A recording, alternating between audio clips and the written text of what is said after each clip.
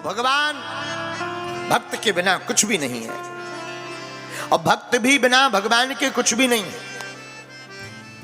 3 सूत्र सुनिए, समर्पण, विसर्जन, विलय। भगवान के प्रति समर्पण हो, समस्त कर्मों का विसर्जन हो, और जहां समर्पण हुआ और समस्त कर्मों का भगवान के चरणों में विसर्जन हुआ, उसी समय फिर तीसरा सूत्र अपने आप सिद्ध हो जाता है कि भक्त परमात्मा में विलय हो जाता है। इसका प्रत्यक्ष प्रमाण क्या है? मीरा। पहले समर्पण किया, जाके सिर मोर मुकुट मेरो पति सोई। मीरा कहती हमारा समर्पण तो उन्हीं के साथ है जिनके सिर में मोर मुकुट हो, वही हमारा पति हो सकता। ये मीरा का समर्पण है। अब विसर्जन क्या है? राणा ने विष दिया, मीरा ने उसको भी भगवान का प्रसाद मान करके पी लिया। ये अपने आप का विसर्जन है। और जहां समर्पण और विसर्जन हुआ, सोई तीसरा सूत्र अपने आप सिद्ध हो गया कि मीरा के लिए गोविंद ने दोनों बाहें फैलाई और मीरा भगवान में विलय हो गई। तो भगवान, समर्पण, विसर्जन, विलय, इन 3 सूत्रों को मानना ही भक्त को बहुत आवश्यक है। हम आपको भक्तमाल की एक चर्चा सुनाए। आहा, 2 ब्राह्मण थे, एक बड़े वयोवृद्ध, एक थोड़ा जवान। दोनों श्रीधाम वृंदावन आए।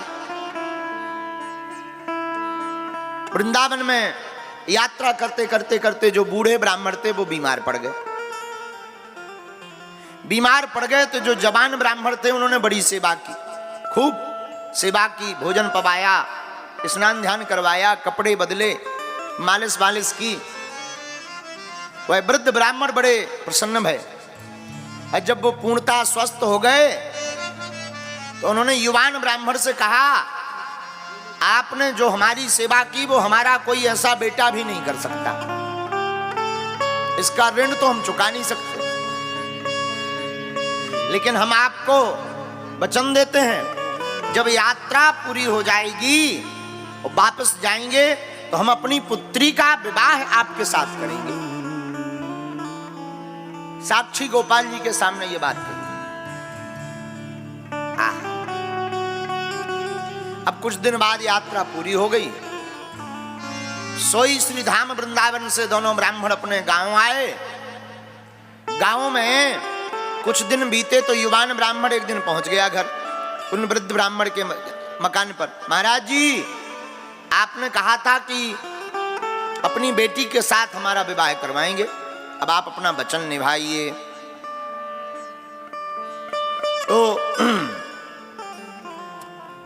परिवार वालों ने उनकी बात सुन करके मना कर दिया। क्यों?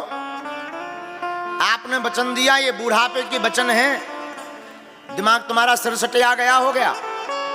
बीमार के समय क्रोध में अथवा बेहोशी में बोले गए वचनों को ध्यान नहीं रखना चाहिए, इनको पक्का नहीं माना जाता है। अब तो युवान ब्राह्मण बड़ा नाराज हुआ। गांव की पंचायत बुलाई गई। आहा, पंचायत में पंचों ने पूछा क्या बात है। पूरी बात ब्राह्मण देवता ने बता दी। तो गांव के पंचों ने कहा, पंडित जी शादी तो हो जाएगी, पर जब आपको ये वचन दिया है तब कोई वहां सामने था? तो जो युवान ब्राह्मण थे वो हाथ जोड़कर बोले, भैया और तो कोई था नहीं, लेकिन साक्षी गोपाल जी जरूर थे। गांव के पंचों में कुछ होते ही हैं बड़े निठल्ला टाइप के, कुछ लोग होते ही ऐसे हैं जिन्हें दूसरों की मजा लेने में ही मजा आता है। तो वो बड़े हंस करके बोले, क्या तुम्हारे साक्षी गोपाल जी यहाँ पंचायत में आकर के गवाही देंगे? वो अगर दे दें तो पंचायत तुम्हारे पक्ष में होगी, नहीं तो पंचायत हो गई है कि इन्होंने कोई वचन नहीं दिया, तुम झूठ मूठ बोल रहे हो, इनकी कन्या की सुंदरता देखकर शादी करना चाहते हो। आरोप लग गया। अब तो वो युवान ब्राह्मण रोने लगा। रोते रोते वृंदावन आए। वृंदावन में श्री साक्षी गोपाल जी के सामने खड़े हो गए। आंखों से झरझर आंसू बहने लगे। लाखों टेक हमारी, हे ठाकुर अब हमारी लाज रखो। लोग हम पर हंस रहे हैं, हमारा तमाशा बना रहे, अब आप हम पर कृपा करो, आप हमारी पंचायत में चल करके गवाही दो। दिन भर बीत गया, भगवान कुछ नहीं बोले, आंखों से झरझर आंसू बहते रहे। अन्न त्याग दिया, जल भी त्याग दिया, हम नहीं, हम खाएंगे पिएंगे।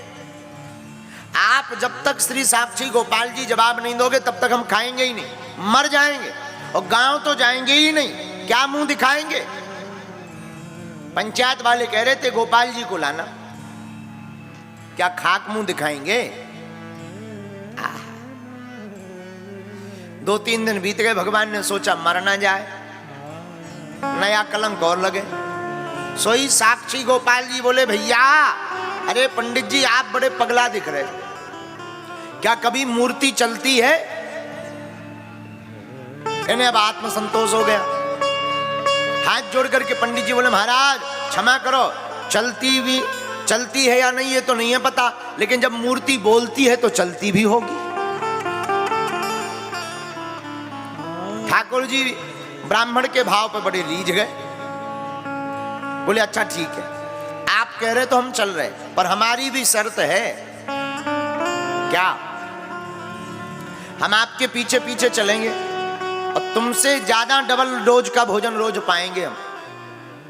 ब्राह्मण देवता बोले हमें स्वीकार है। बोले रुको, दूसरी बात, हम पीछे पीछे चलेंगे तो आप हमें पीछे मुड़कर नहीं देखोगे। ब्राह्मण देवता बोले वाह, फिर तो आप हमको जो है बहाने बनाने लगे हो, हमें कैसे पता लगेगा कि आप आ भी रहे हो कि नहीं। श्री साक्षी गोपाल ठाकुर जी बोले ब्राह्मण देवता, हम जब चलेंगे तो नूपुर बाजेगी, नूपुर की धुनी सुनाई पड़ेगी, आपको आवाज सुनाई पड़ेगी, लेकिन आप जहां पीछे मुड़ के देखोगे सोई हम वहीं खड़े हो जाएंगे। ब्राह्मण देवता भगवान का कीर्तन करते करते अपने गांव को जाने लगे।